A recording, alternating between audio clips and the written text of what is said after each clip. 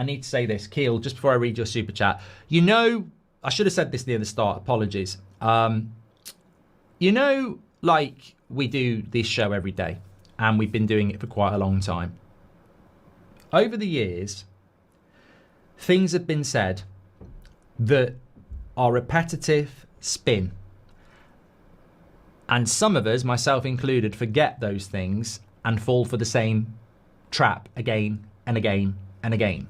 Which is why I've said, Omar Barada said, at the end of May, we've been planning this summer transfer window for ages. And that's the line of the summer for me, because we clearly haven't. But there are other pearlers out there. And if anybody can remember any, please bring them in. For example, a certain journalist in the Manchester Evening News, every time the summer transfer window closes, and it's not a very good one, puts an article out saying it might not have been a good transfer window, but Man United are planning on massive signings next summer. It happens every year, and we never get the massive signings. But David Ornstein is somebody of credibility, and this is what he had to say in relation to sources coming out of the club in early February.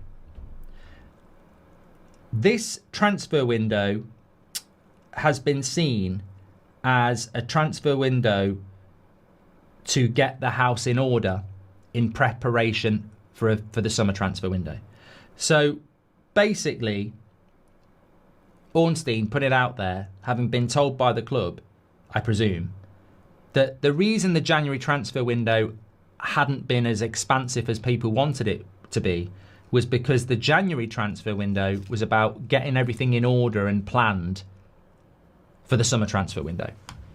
And that's coming in from David Ornstein, arguably the best transfer expert out there, doing his job as a journalist, being told from Manchester United that the January transfer window was really about getting everything in order for the summer transfer window. And you look at that and you go, okay, what did we do in the January transfer window that's helped us for the summer transfer window? Rashford, Anthony on loan are back here right now. We needed a striker, we needed a midfielder, we needed a goalkeeper. We haven't got any of them. So what bullshit, basically, again. And it's hard to remember, and you don't always remember them, but across every 12 months, how often do we get fed stuff from The Athletic, David Ornstein, Fabrizio Romano, the Manchester Evening News, the Daily Mail, the Telegraph, BBC, from stuff that comes from Man United that ultimately ends up being an absolute crock of spin? Hello everybody, today's clip is supported by Sleeper. Before we dive in, let me tell you a bit more about Sleeper. This app is making serious waves. It was the #1 downloaded sports app in the US during the NFL season, even beating heavyweights such as ESPN and Yahoo. Sleeper isn't just popular, it's because they truly deliver the best fantasy experience. You get deeper customization, more league options, and all the bells and whistles that make managing your fantasy team a blast. But that's not all. Sleeper is growing a fantastic community with several million people using it daily for their sports fix. Sleeper has a broad appeal and is genuinely built for everyone. So, if you're looking to up your fantasy game, make sure to check out Sleeper by clicking the link in the video description. Trust me, you won't regret it. And that's a classic example, and I'm glad that I want to shout out the person who sent me this, because coming from Devil's Info via United Red Report, via an article from David Ornstein via The Athletic on February the 3rd, this window was more about getting the house in order for the summer. Yeah, just complete and utter shite, basically. Complete and utter nonsense. Yeah, oh God, somebody else is... I'm not even reading this. Talks continue between Brentford and United. It makes you want to throw up. It really, really does. Makes you want to throw up. Anyway, let's move on to something a little bit more positive. I mean, I say something positive there is positive and there is also why is this coming out this morning. So we've had a couple of drops interview-wise this morning from Heaven and from Cunha. I like both of these players. I'm very excited about Cunha.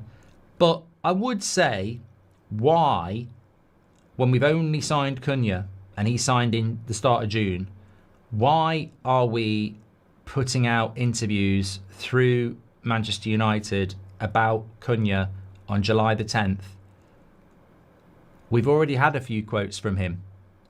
I appreciate it's the first week back, but you are aware that there is a transfer window open.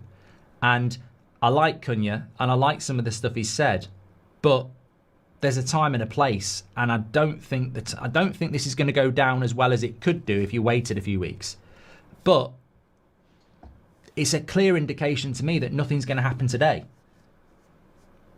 I think you can read United quite well, and if they're putting out an interview with Cunha on Thursday today, they're definitely not preparing for an Mbeumo, because you wouldn't, that interview drops at 8. This is how it works, right?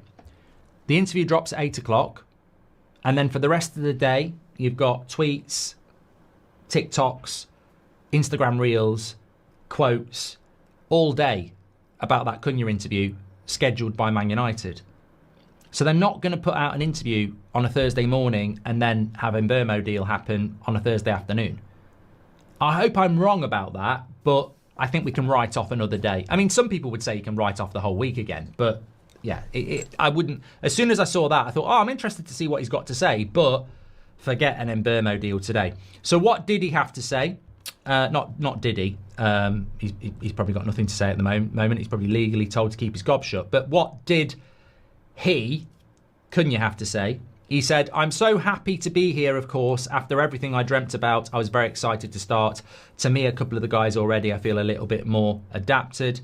He said, I think always like an opponent, it's different. We're joking when I go to the locker room. We're talking about games, especially with Mazraoui. I think it's always with him. Of course, we're talking about the games. We're talking about the season. And yeah, I think everyone was lovely with me. A very warm welcome. He said, I'm wearing the number 10 shirt. Yeah, it's something that you always dream about. I can mention many players that use this shirt. It's so easy for me. Of course, I think the one that I always think about when I see this number in this shirt for me was Wayne Rooney. He was someone that I grew up to watch him play, and I've watched many games now. And I think, look, there's not a lot there, but we're very fortunate with Mbeumo and Cunha that they still remember Man United being successful. As 25-year-old men, I suppose as 10-year-old kids 15 years ago, we were still very, very good. 2010, we were still a very good team. We were playing in Champions League finals. We were winning Premier League. So we're very lucky that there are still footballers in their prime that remember us being a big club. And obviously the pull of that number 10 shirt and Wayne Rooney is a big thing. And you can sense from Cunha that he's really excited to be here because he has a real affection and love for Manchester United.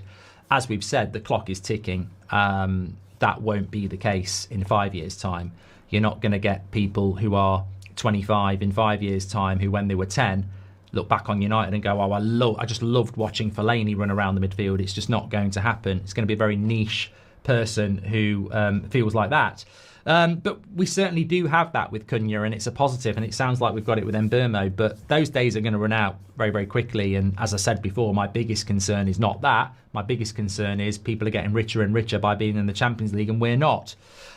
Goldbridge, that's the end of the clip. I'm sure you enjoyed it. In fact, I bet that's the best clip you've ever watched. So there's no reason not to subscribe to the channel, click the bell icon so you never miss a clip again. In fact, smash a like on the video because we all know only legends like videos and you are all legends. So please smash a like on the video and we will see you again on the next one. Thank you very much for watching as always.